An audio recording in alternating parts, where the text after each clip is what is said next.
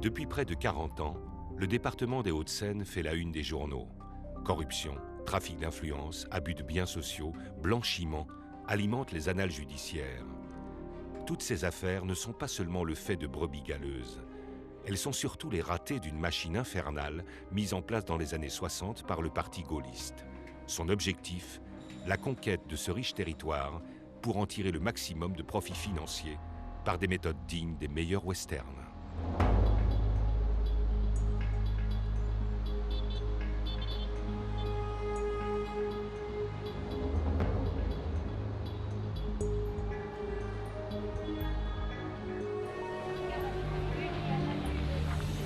Ce roman commence dans les années 50. Les cités populaires, Gennevilliers, Suresnes, Courbevoie, Levallois, profitent du boom de l'industrie. C'est l'ère du plein emploi. Les classes populaires accèdent au HLM. Dans cette banlieue rouge, le Parti communiste est au fait de sa puissance. Mais l'arrivée au pouvoir du général de Gaulle en 1958 va changer la donne. Il lance le chantier de la Défense, gigantesque quartier d'affaires qui va bouleverser de fond en comble ce territoire. En 1964, les Hauts-de-Seine deviennent le 92e département français. La conquête de l'Ouest peut commencer.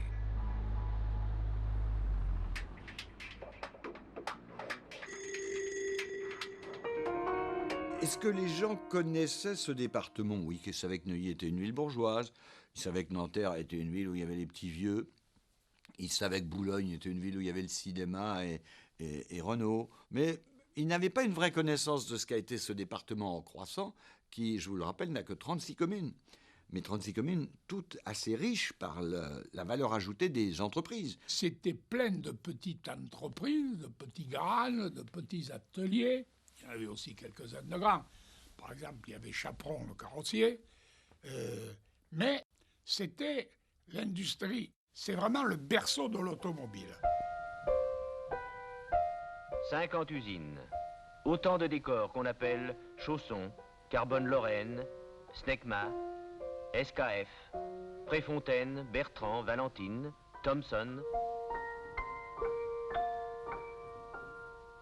Chez Citroën, il y avait plus de 4000 salariés, dont plus des 2/3 étaient des travailleurs immigrés.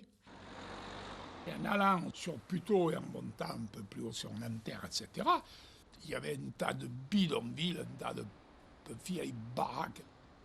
Quand on a commencé à vouloir faire bouger les choses, beaucoup se demandaient si on n'était pas fou et qu'est-ce qu'on allait arriver à faire. Les gaullistes font de la domination politique de ce territoire un enjeu national.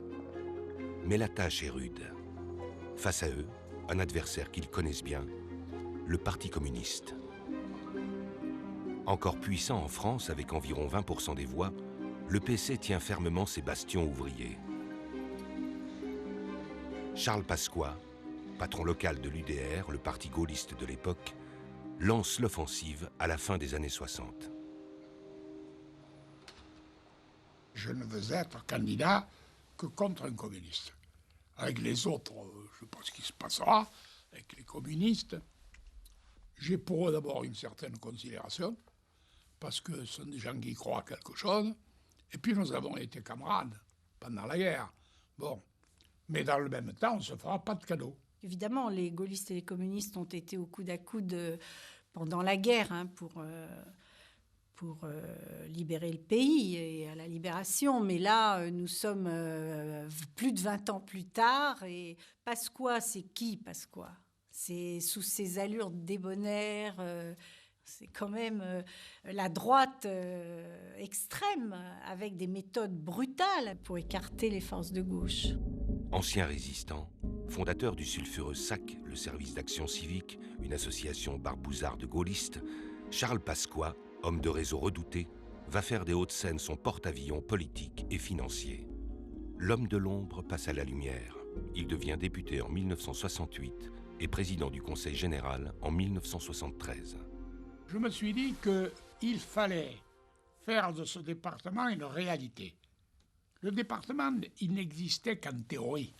Et chaque commune faisait sa propre politique et sa propre tambouille. Et ce qu'elles attendaient du département, c'était uniquement des subventions. Mais il n'y avait aucune démarche cohérente au niveau de l'ensemble du département. Il paraît notamment que M. Mitterrand a les larmes... Et l'entreprenant Charles Pasqua est bien décidé à en inventer une de démarche cohérente, pour le département et aussi pour son parti. Il s'agit surtout de contrer une propagande communiste rôdée au millimètre. Mais sa mise en œuvre nécessite des moyens financiers et l'UDR en est dépourvu.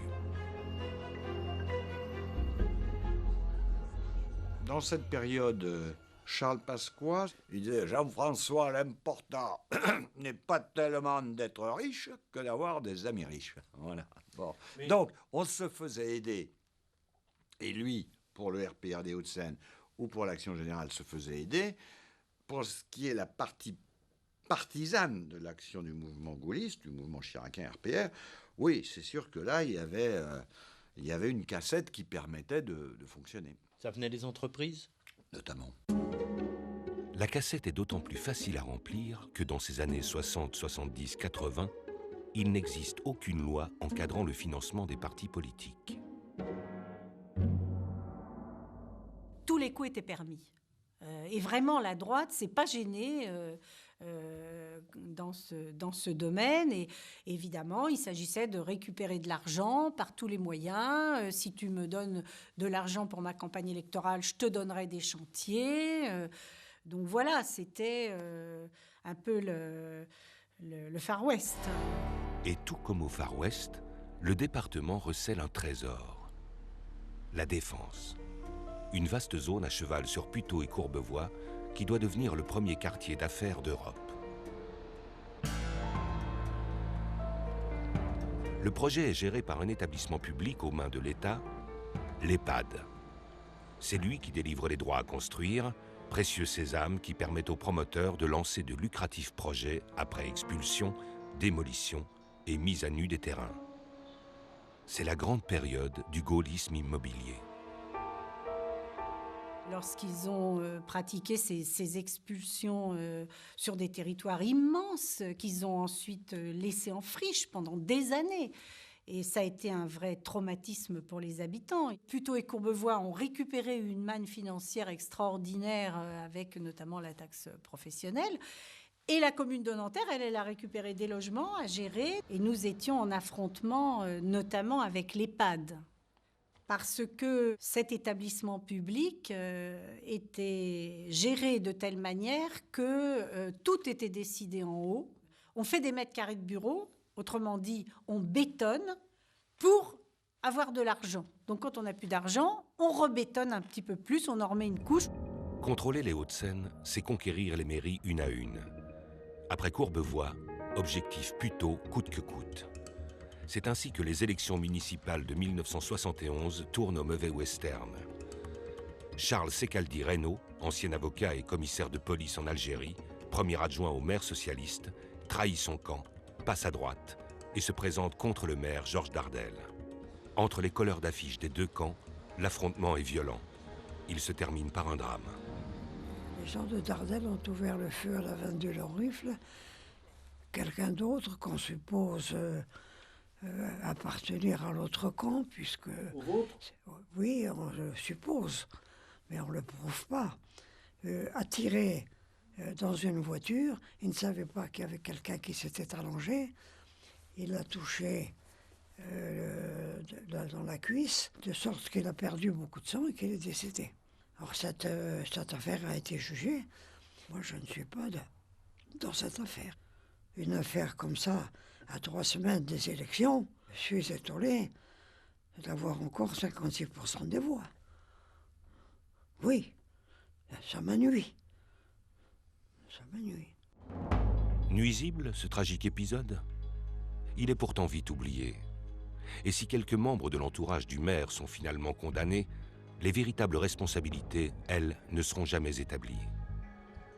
La bataille de Puteaux marque le premier épisode de la conquête du département par les gaullistes, dans un certain climat d'impunité. Et comme ses compagnons des Hauts-de-Seine, Charles Secaldi Reynaud, le nouveau maire, pour assurer sa maîtrise et celle de l'UDR sur la ville, va désormais user d'une recette infaillible, le clientélisme. Le maire, quel est son moyen d'être élu? C'est de séduire l'électeur. C'est peut-être aussi de rendre des services individuels. Souvent, celui qui a obtenu un service a l'honnêteté de rendre ce service, mais ce n'est pas une certitude. Par conséquent, le clientélisme est un complément de la politique, mais il ne se substitue pas à la politique. Ce que veulent voir les gens, c'est si la ville est propre, si elle est embellie, si elle est fleurie, si elle est moderne, si elle est enrichie, et si l'impôt diminue au lieu d'augmenter. Avec les moyens de votre ville, vous allez acheter des voies. Alors ça passe par l'attribution de logements sociaux. Ça passe par tout un tas d'autres avantages, les places en crèche, les cadeaux, les invitations, les manifestations organisées avec des banquets extraordinaires. On a beaucoup connu ça à Puteaux, qui a eu certaines années un budget cocktail, réception, plus élevé que celui de la ville de Paris. En obtenant de l'EHPAD qui construisent à Puteaux encore plus de mètres carrés de bureaux qu'à Courbevoie, j'ai effectivement fait rentrer dans Puteaux la diligence pleine d'or. Et vous n'avez jamais, à titre personnel, touché de cadeaux, de commissions, de choses comme ça? Non. Ah non, ça m'a jamais traversé l'esprit. Et j'aurais demandé à quel titre, pourquoi. Blanc comme neige, Charles Secaldi-Reynaud? Pas si sûr. Depuis des années, une affaire le poursuit. Celle de la chaufferie de la Défense, symbole de la gestion bien particulière des Hauts-de-Seine. Il s'agit du renouvellement d'un contrat portant sur le chauffage et la climatisation de 3 millions de mètres carrés de bureaux par le syndicat intercommunal dont Charles Secaldi-Reynaud est le président.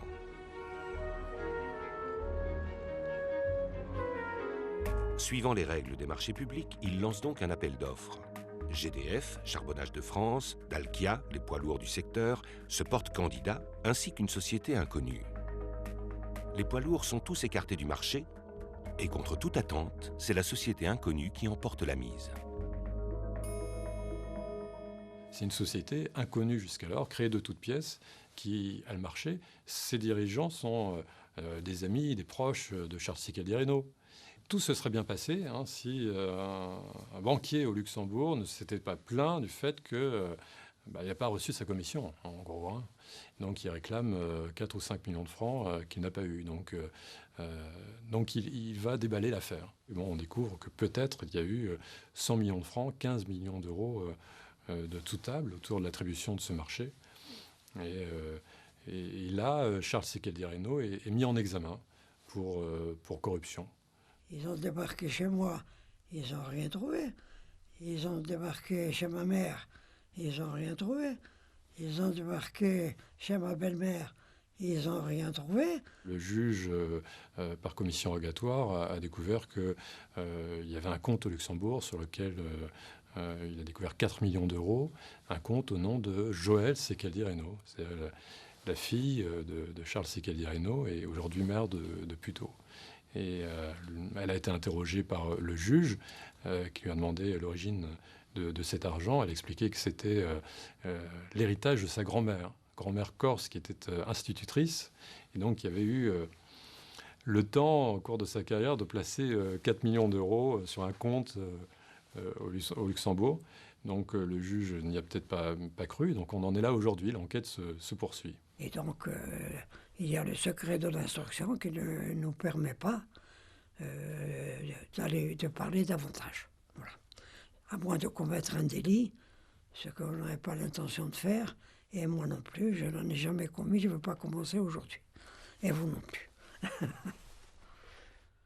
crois que c'est le dossier le plus ancien au tribunal de Nanterre. Plusieurs juges se sont cassés les dents sur ce dossier. Certains qui sont allés chercher peut-être un peu trop loin se sont retrouvés extradés, quasiment, puisque l'un des juges a eu une promotion et il est aujourd'hui à Tahiti. Aidé par une justice inerte, le système mis en place prouve son efficacité. Il suffit d'en connaître les 2 règles principales, escamoter les preuves et ne jamais avouer. Ce sont des gens qui sont des vieux routiers, qui font ça en général depuis assez longtemps. Les mécanismes sont bien rodés. Et vous avez des mécanismes qu'on voit dans certains secteurs de la grande criminalité. Les voyous n'avouent jamais. Vous savez, dans la fraude, le fraudeur se pose 2 questions. Première question, c'est est-ce que je vais me faire prendre ? Première question. Et la deuxième question, c'est si je me fais prendre, combien ça va me coûter ? Seulement voilà, en 1973, avec la crise pétrolière, le Trésor de la Défense risque de tarir et la manne financière du parti gaulliste de s'envoler. Plus personne ne veut construire de tours. La quasi-totalité des promoteurs fuit la Défense. Le quartier d'affaires devient un immense chantier à ciel ouvert, à tel point que le président Giscard d'Estaing envisage en 1978 de raser les tours vides. C'est alors qu'un jeune promoteur, Christian Pellerin, entre en scène. Il rachète à bas prix les terrains à construire. Il sera le Zorro de la Défense. Le seul qui était en train de vouloir construire la Défense, c'était moi. Il n'y en avait pas d'autre.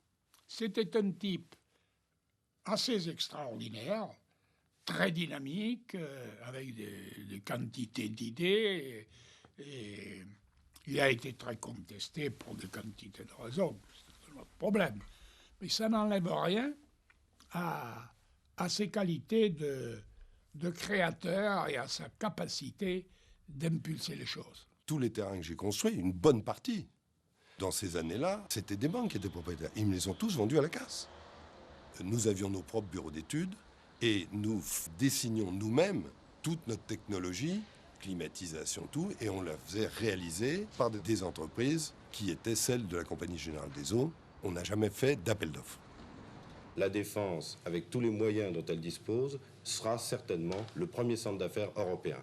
Si vous voulez que la Défense existe, il faut que les promoteurs prennent des risques. À l'époque, ils prennent des risques. Ces gens-là prennent des risques. Évidemment, à un moment donné, si le risque est bon, vous touchez un peu le jackpot. Alors qu'il en ait profité, c'est évident. Bon, écoute, je préférerais voir l'autre. Profiter ? Qu'est-ce que ça veut dire exactement ? Ce sera peut-être un peu basse, mais Vous avez été sollicité par des politiques ? Oui. Il m'est arrivé, dans différentes villes, qu'on me propose des projets, je ne fasse pas pour cette raison. Parce qu'on vous demandait de financer une campagne, parce que voilà, on vous demandait de... Exactement. Ça, vous avez toujours refusé ? J'ai toujours refusé. Et jamais, alors on m'a reproché beaucoup de choses, jamais je n'ai été poursuivi pour une commission, un pot de vin ou n'importe quoi. Est-ce que, par cette attitude, vous avez perdu des marchés ? Ah bah bien sûr, oui. Ah bah oui. Et vous savez lesquels ? Ah oui, absolument. Absolument. Et dans les Hauts-de-Seine aussi ? Oui, absolument. Vous pouvez pas en dire plus ? Non. Pourtant, Christian Pellerin, le Zorro incorruptible, va se trouver mêlé à une de ces affaires dont il dit s'être toujours tenu éloigné.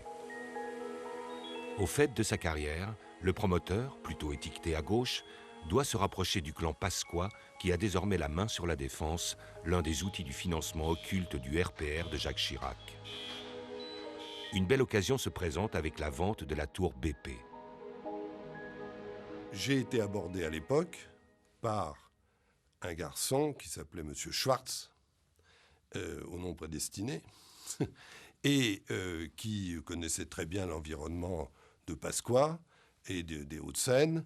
Et donc, il est venu me voir pour partager une affaire. Je me suis donc associé avec la société de M. Schwartz, qui gérait complètement l'affaire de l'achat. Et il y a eu 12 millions qui se sont baladés de commission. On n'a jamais su trop où ils avaient été. Moi, je ne l'ai jamais su, j'étais même pas au courant. L'enquête révèle qu'une partie de ces millions a atterri sur le compte d'une société dirigée par l'épouse d'un certain Daniel Voiry, policier de son État. Christian Pellerin pouvait-il l'ignorer? Il y a eu effectivement des malversations financières et fiscales qui ont affecté la vente de la tour BP. Donc, notre question légitime, c'est Christian Pellerin, le roi de la défense, que venait-il faire avec un brigadier chef de police? Voilà. À la veille d'être entendu par la justice, le flic ripou, Daniel Voiry, se suicide. Daniel Voiry travaillait à la préfecture de police. C'est là que les enquêteurs auraient découvert sa valise après son suicide. Elle contenait les comptes parallèles de sa société qui conduisent les enquêteurs à la défense et à l'inculpation de 6 agents immobiliers, dont Christian Pellerin. Et la garde à vue de Christian Pellerin jette un froid glacial sur le site de la Défense, mais au-delà du site de la Défense, sur l'ensemble des entreprises qui œuvrent dans ce monde de la corruption. Christian Pellerin, à l'époque, est président-directeur général de Sari Série. C'est une société qui est détenue à 65% par la Compagnie Générale des Eaux, donc un grand groupe qu'on va revoir après dans des affaires de corruption. J'ai le sentiment d'avoir été trompé, et plus que le sentiment. Christian Pellerin obtiendra 4 ans plus tard un non-lieu. Mais personne ne saura jamais quels étaient les vrais destinataires des commissions. Cette affaire, qui fait grand bruit, révèle une facette jusque-là inédite du système. Les magouilles qui entourent l'achat et la vente des tours de la Défense et le rôle de la Compagnie Générale des Eaux. Le nom de cette société reviendra si souvent dans les affaires de financement occulte qu'elle sera surnommée l'arroseuse municipale. « 1981, la gauche arrive au pouvoir. Le clan Pasqua se retrouve dans l'opposition et financièrement en danger. Mais paradoxalement, les lois de décentralisation de Gaston Defferre vont lui permettre d'accroître son emprise sur le département, car elles accordent aux élus le pouvoir de délivrer les permis de construire et les marchés publics.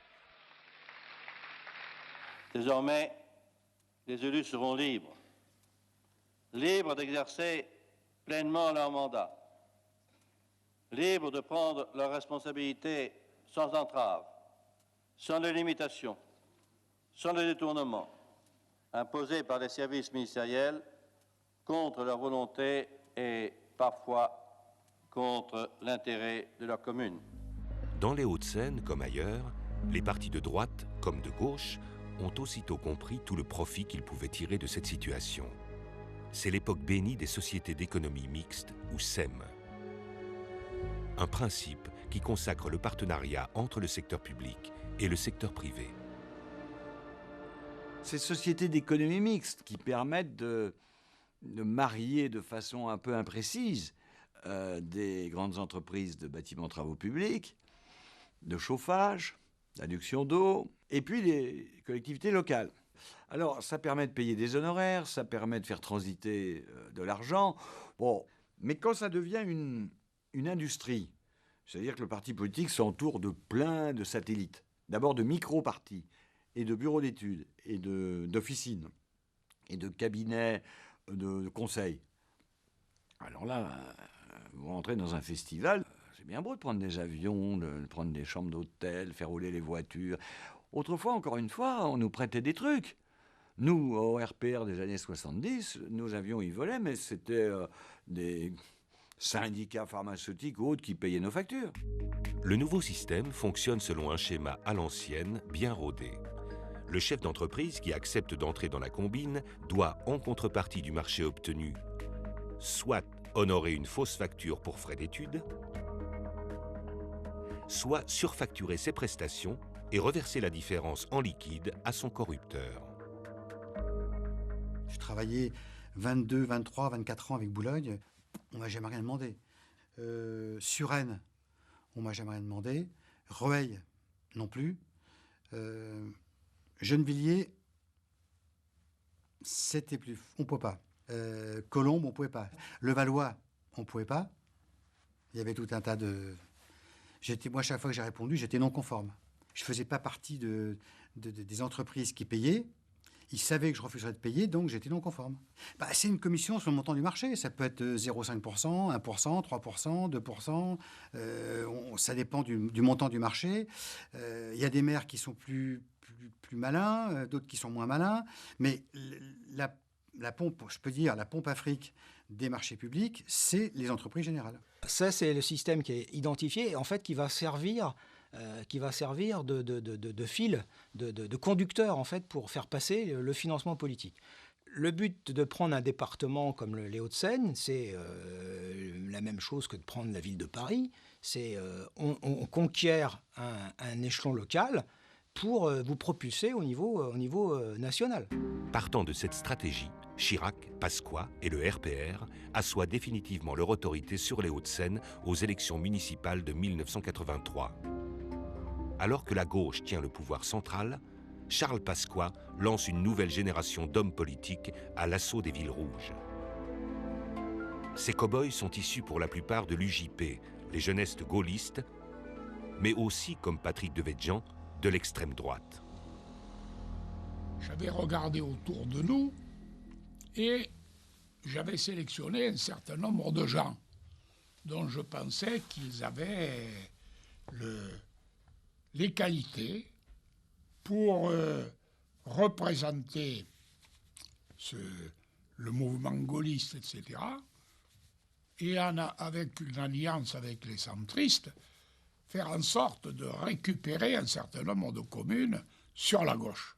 Et donc c'est cette équipe de jeunes gens à l'époque qui ont été lancés à la conquête de bastions de la gauche, qui ont été appelés par la presse, mais pourquoi pas, les Pasqua Boys. Parmi eux, Patrick Balkany reçoit la tâche la plus ardue, conquérir Levallois, ville tenue par les communistes depuis près de 20 ans. Charles Pasqua lui-même a par 2 fois échoué devant le maire sortant, Parfait-Gence. Cela n'effraie pas les jeunes époux Balkany. Non seulement ils mettent des moyens financiers importants, des moyens en hommes, et je dois dire, ils sont très actifs, et elle en particulier fait des spaghettis à 3h du matin pour les colleurs d'affiches. Enfin, c'est une conjonction d'argent, d'énergie, de cœur, de tripes. Ils la veulent, la ville de Levallois. Ils veulent la prendre. La permanence de Patrick Balkany était devenue une deuxième mairie. Ils organisaient des fêtes, ils organisaient des voyages pour les personnes âgées, etc. Ils ont financé en très grande partie leur campagne, mais il leur a manqué de l'argent à la fin. Et donc ils étaient contents de trouver une aide. Balkany, je lui avais trouvé un vieil ami chasseur qui était en même temps promoteur dans le Loir-et-Cher, je crois. Contre toute attente, les Balkany emportent la mairie dès le premier tour. C'est un véritable exploit. Et c'est pour ça que j'éclate de rire quand le soir de l'élection, nous arrivons avec Charles Pasqua à la mairie, puis évidemment on embrasse Isabelle, Patrick, et là, avec elle aussi son accent inimitable, Isabelle Balkany dit « Bon, c'est partout, mais maintenant il va falloir que ça rapporte. » Le succès des Balkany aiguise les appétits de la nouvelle garde. Un mois après leur élection, Achille Peretti, maire de Neuilly et grande figure gaulliste du département, meurt subitement. Charles Pasqua est son successeur naturel, mais un jeune homme de 29 ans, simple conseiller municipal, vient défier le shérif Pasqua. J'ai appris la mort de Peretti par Balkany et Sarkozy, qui sont venus me voir à la clinique. Ils me disent, Peretti vient de mourir, et il faut que vous prépariez à prendre la tête de la chose et être maire de Neuilly. Je rentre chez moi à minuit et je trouve sur la moquette de l'entrée, appelé Charles Pasqua, d'urgence tout de suite chez lui. Je me dis, tiens, qu'est-ce que c'est? Je l'ai laissé à 6h, prêt à être opéré demain matin à la clinique Hartmann, et voilà qu'il est chez lui. Je téléphone, et c'est là qu'il me dit, Jean-François, Achille Peretti viennent de mourir. Nicolas Sarkozy et Patrick Balkany sont venus me chercher en voiture, remettre le costume sur le pyjama. Je suis rentré à la maison. Venez tout de suite. Ils m'ont accompagné à la maison, chez moi, et ils m'ont dit, il faut qu'on voit tout de suite, qu'on pointe la liste des conseils municipaux, ceux sur lesquels on peut compter. J'ai dit, écoutez, faites-le. Bon. Et Nicolas a dit, je vais m'en occuper. Il s'en est occupé, mais pour lui. Monsieur Nicolas Sarkozy est élu maire de Neuilly.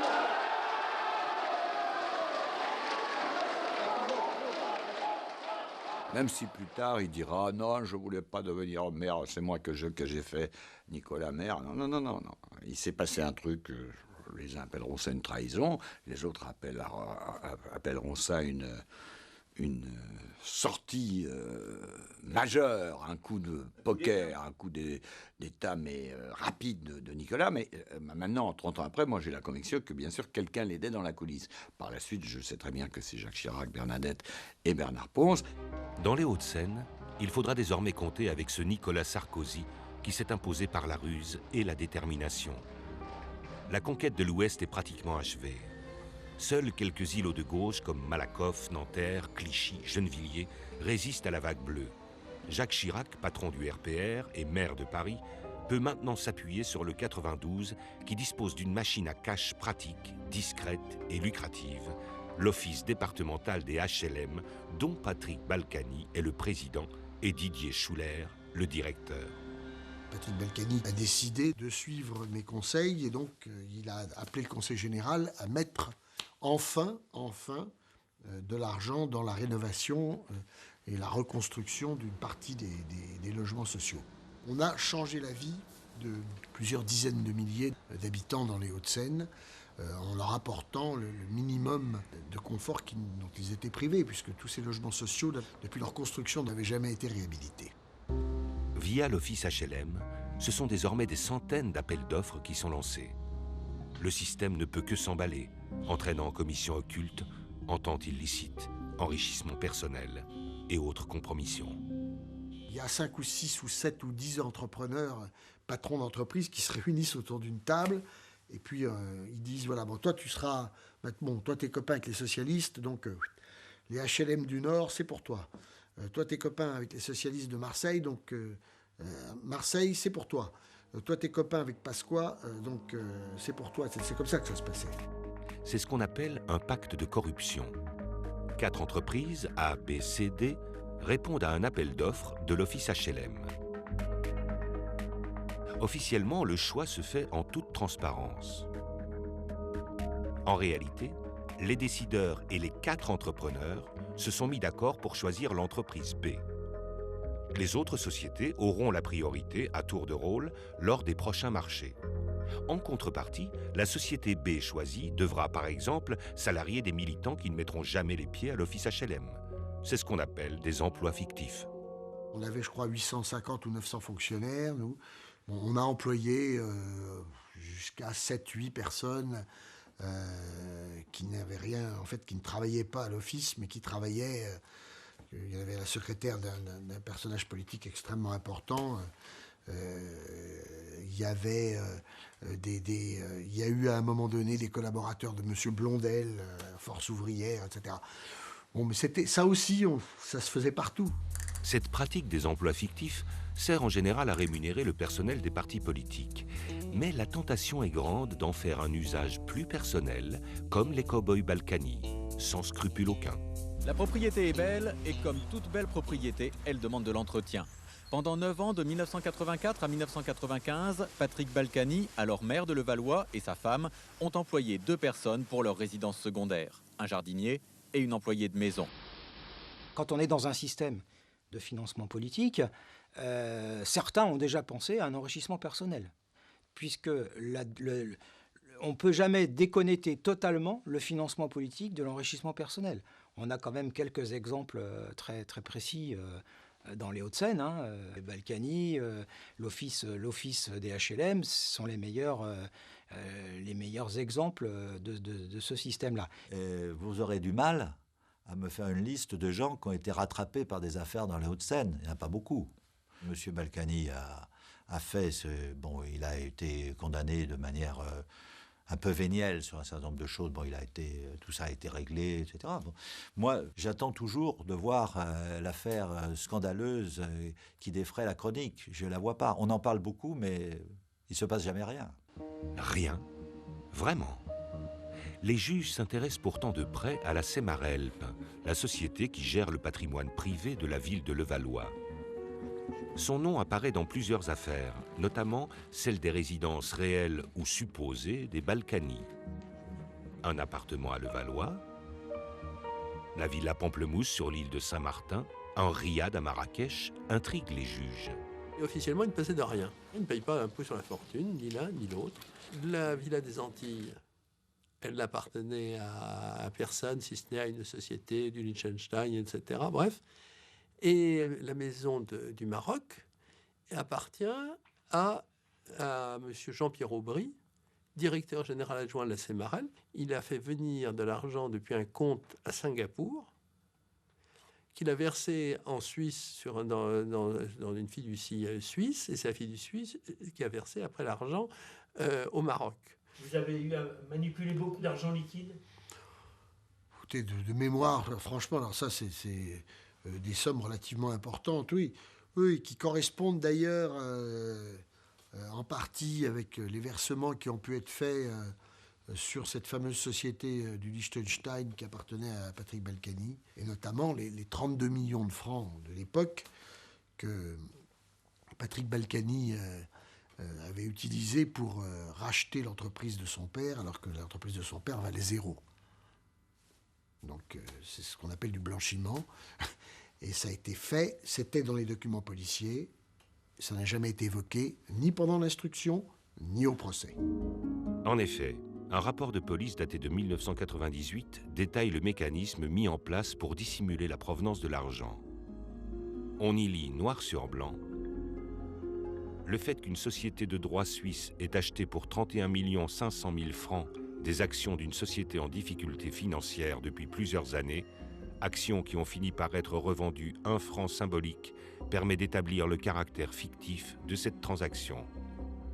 Et en dessous, on lit « Cette vente d'actions peut avoir servi à masquer le versement de fonds à Patrick Balkany, alors président de l'office HLM du 92. » On était sur une piste, en fait, de blanchiment, et ça a été consigné dans le rapport. Manifestement, la justice n'a pas tenu compte de nos explications et de notre analyse.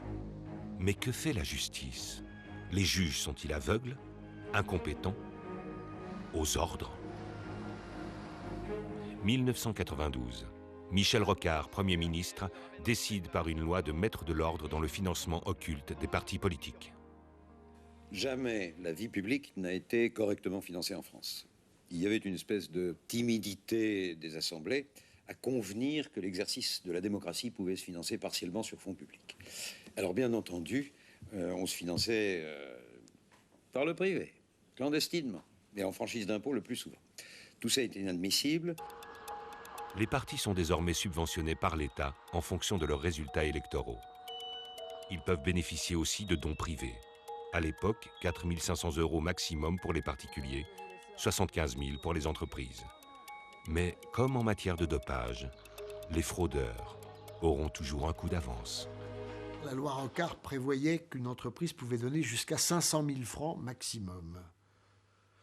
Bon, mais imaginez qu'une entreprise décide de donner 5 millions. Donc c'est 10 fois 500 000. Cette entreprise, donc, elle peut parfaitement avoir 10 filiales. Et donc les 500 000 peuvent être multipliés par 10. C'est des centaines et des centaines et des centaines de filiales, évidemment pas exclusivement basées en France, mais basées dans le monde entier, notamment dans des paradis fiscaux. Comment voulez-vous que même s'il y passait toute sa vie, et même s'il était extrêmement compétent, comment voulez-vous qu'un enquêteur, dans ce flux de dizaines et dizaines de millions, voire de milliards d'euros, arrive à distinguer des flux de quelques dizaines ou centaines de milliers d'euros sur des centaines de pays? C'est impossible.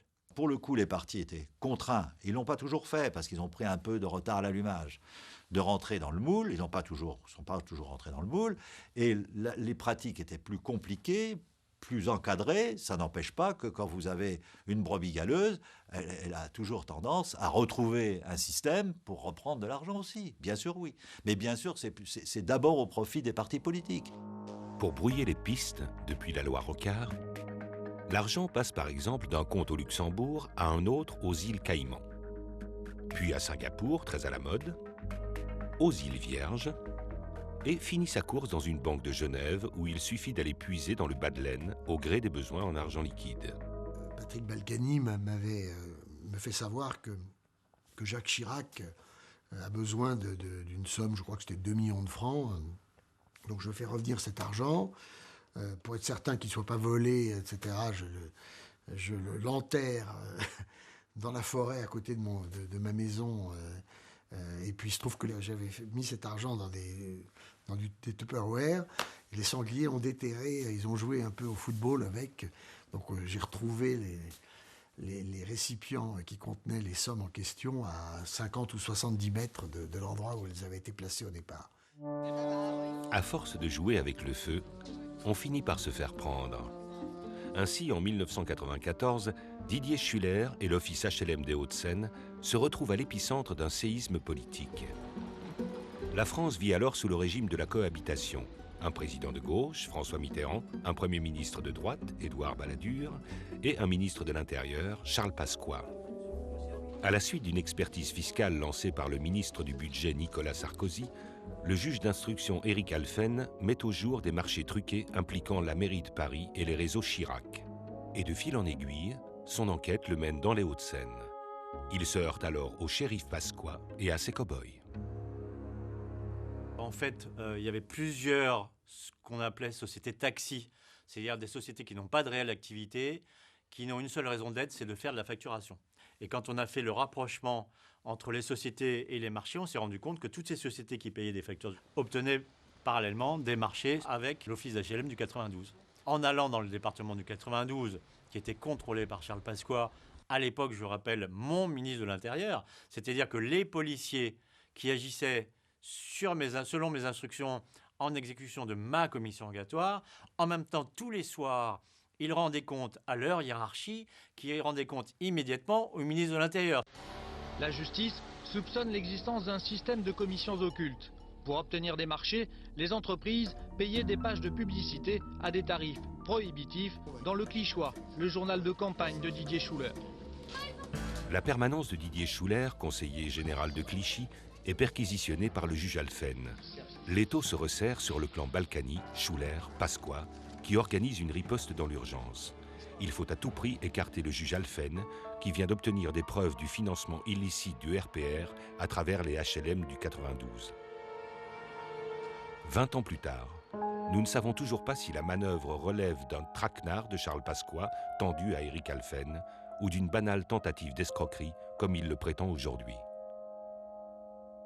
C'est une tentative d'extorsion de fonds qui a été conduite par quelqu'un qui était apparenté à un juge qui, en même temps, instruisait une affaire à Levallois. Vous parlez de l'affaire Schuller-Maréchal. Oui, exactement. Bon, et de la tentative de l'époque d'extorsion de fonds de Maréchal sur Schuller. Là-dessus, il y aurait beaucoup à dire. Oui, beaucoup à dire. 1. Que Didier Schuller et Jean-Pierre Maréchal sont tous deux militants RPR. 2. Que Maréchal est médecin. 3. Que par le hasard de la vie, il soigne la mère de Didier Schuller.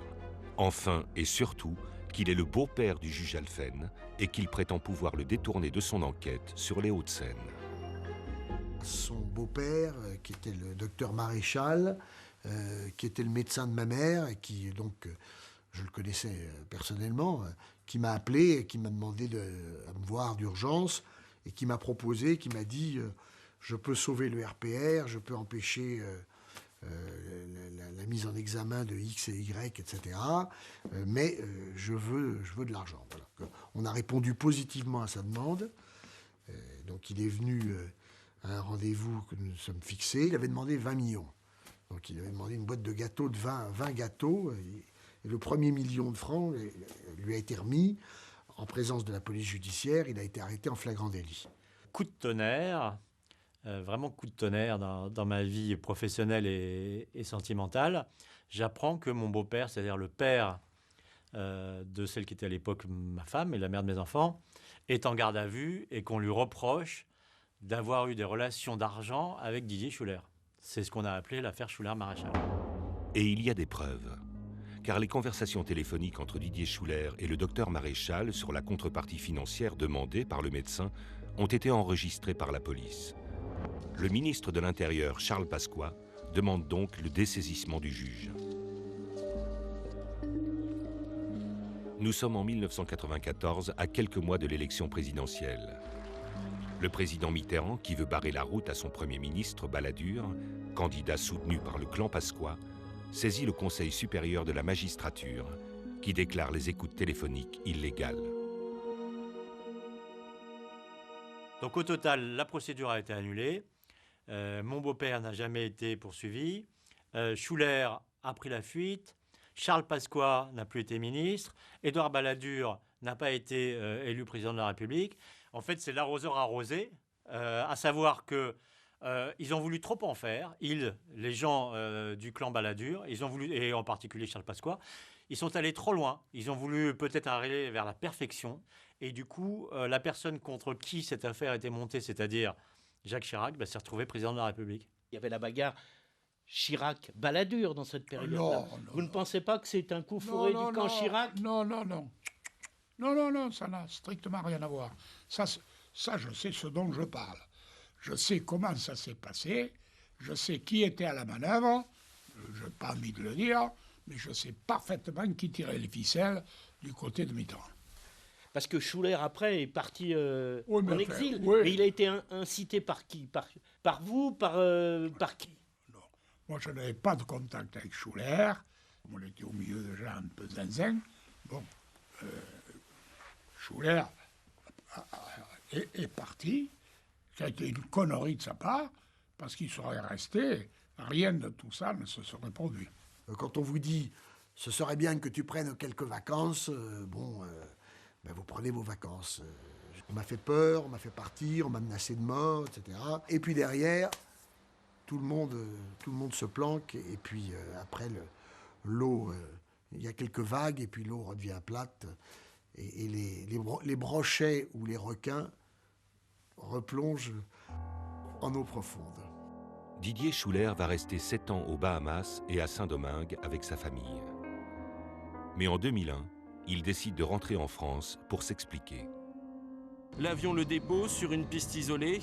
Aussitôt, sous bonne escorte policière, il prend la direction de Créteil. Dans quelques minutes, l'ancien conseiller général des Hauts-de-Seine va se retrouver devant un juge d'instruction. Dans le procès des HLM qui suivra, Didier Schuller sera le seul condamné. Son patron à l'office, Patrick Balkany, sera lui relaxé. Quant à Charles Pasqua, son nom sera à peine prononcé. D'ailleurs, dans toutes ces affaires de marché public, il n'a pas vu d'irrégularité. Moi, je n'ai pas vu de dérapage. Non. Il y avait des cahiers des charges, Non. Il n'y a jamais eu d'argent liquide qui circulait, de trucs comme ça? Vous m'avez bien regardé. Je suis le petit-fils d'un berger corse. Pour nous, mettez-vous une chose dans la tête, l'argent n'est pas la valeur principale. Voilà. Et ce qu'il faut que vous sachiez, c'est que je suis aujourd'hui beaucoup moins pourvu en argent que je l'étais avant de me lancer dans la politique. Voilà. Moi, je me suis appauvri en politique. Je suis peut-être le roi des cons, c'est possible, mais c'est comme ça. Voilà. Personne n'est jamais venu me proposer d'argent. Parce que le premier qui m'aurait proposé de l'argent se serait retrouvé au trou.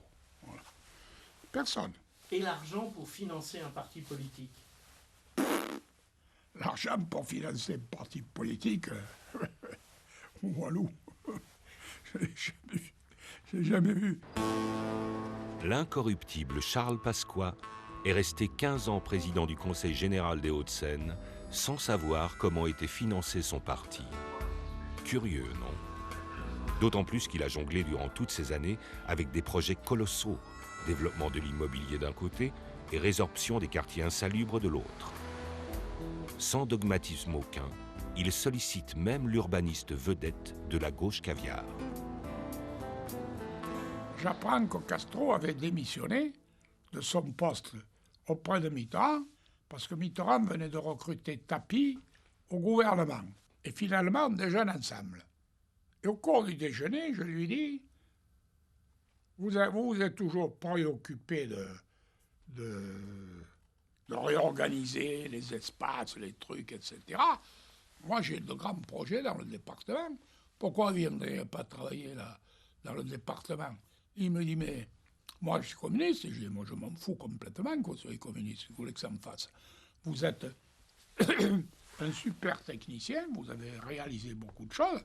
Si ça ne vous gêne pas de venir travailler dans le département des Hauts-de-Seine parce que je suis repère, il me dit, moi, je m'en fous, ça n'a rien à voir, etc. Alors bon, à l'issue d'un déjeuner, une rencontre, on frappe dans la main, ça se termine sur la vieille tendresse des communistes et des gaullistes. Ça me vaudra des torrents de boue de ma famille politique. Ce qui m'a valu de la part de mes propres amis une volée de bois vert. Ils étaient fous de rage, ils m'ont dit, il n'y a pas assez de gens valables de notre côté, il faut que tu ailles chercher les gens de gauche, les communistes ou les socialistes. J'ai pris un quartier qui s'appelle la Caravelle, à Villeneuve-la-Garenne. On l'a entièrement transformé, quoi. C'était une barre de 380 mètres. On l'a ouvert, on l'a démembré, on l'a désenclavé, on l'a embelli. Et donc on a entièrement transformé ce quartier. Ça a été homérique. Homérique. On a investi plus d'1,5 milliard dans cette affaire, mais on a réussi. C'est une catégorie d'hommes politiques dont on... je ne parle même pas de sa couleur politique, je parle d'une catégorie d'hommes politiques qui sont issus de la résistance et qui ne sont quand même pas inféodés à l'ère du temps et au dernier coup médiatique à la mode, à la dernière bêtise médiatique à la mode. Voilà, c'est tout. Le shérif a pris du galon. Voilà Charles Pasqua, devenu gouverneur des Hauts-de-Seine, dont le PIB est, dit-on, le 10e du monde. Il prétend même exercer ses prérogatives en matière de politique extérieure à travers la SEM Coopération, une société d'économie mixte chargée de venir en aide aux pays africains. Moi, j'avais une ambition, qui était peut-être un peu déraisonnable. C'est de faire à mon niveau ce qu'avait voulu faire le général de Gaulle. Or, de Gaulle avait voulu faire une action importante sur le plan de la coopération envers les anciennes colonies françaises.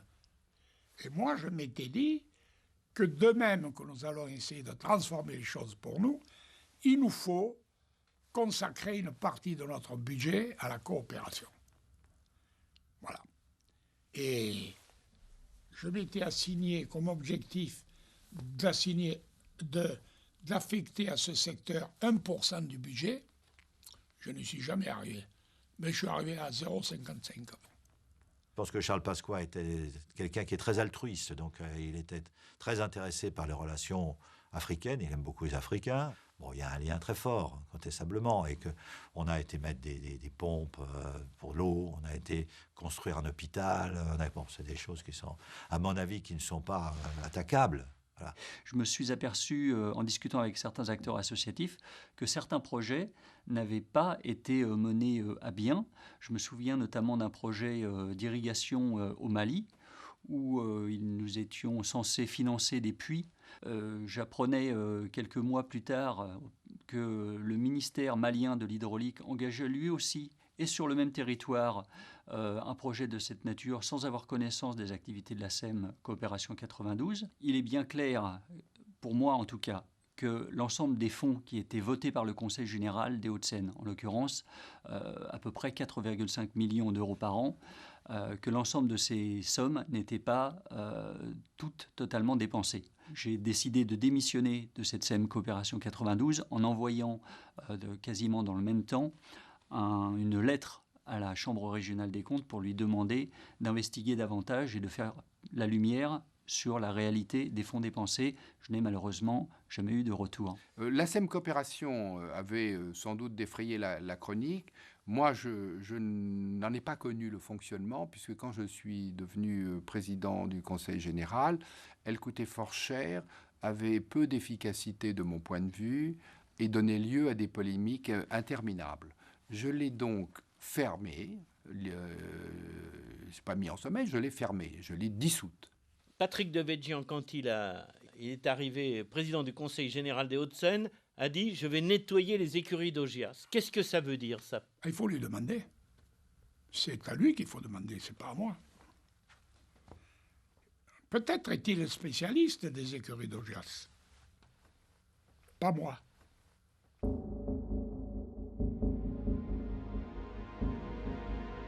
Le nom de Charles Pasqua a été cité dans plusieurs affaires. Et il a été entendu par de nombreux juges d'instruction. Il pourrait faire quasiment le go-mio des meilleurs tribunaux de France. Mais toujours est-il que finalement, les sanctions qu'il a reçues, elles sont infimes. Il n'a jamais été en prison. Il n'a jamais eu à s'expliquer réellement sur le financement auquel il a pu procéder. On n'a jamais su ce qu'il en était. On n'a jamais découvert ses archives. Il n'a jamais parlé. Il s'est toujours réfugié derrière « c'est pas moi, c'est les autres ». J'en sais rien, je suis de bonne foi, je fais confiance à la justice de mon pays. Pourquoi la justice s'est-elle tant intéressée à vous? Bon, je pense que je gênais beaucoup de monde. J'ai eu plus d'ennuis avec les gens de droite qu'avec les gens de gauche. Je gênais davantage les gens de droite, c'est évident. Mais la plupart du temps, ça s'est terminé à un eau de boudin. Comme dans les Hauts-de-Seine, nous avons encore d'ailleurs des personnalités fortes, des hommes d'État. La justice a manifestement fléchi sous le poids de ces personnalités et des enjeux politiques qu'elles représentaient. Donc. Il est vrai que parfois il y a eu des nominations de procureurs ou de hauts magistrats à Nanterre qui étaient un peu bizarroïdes.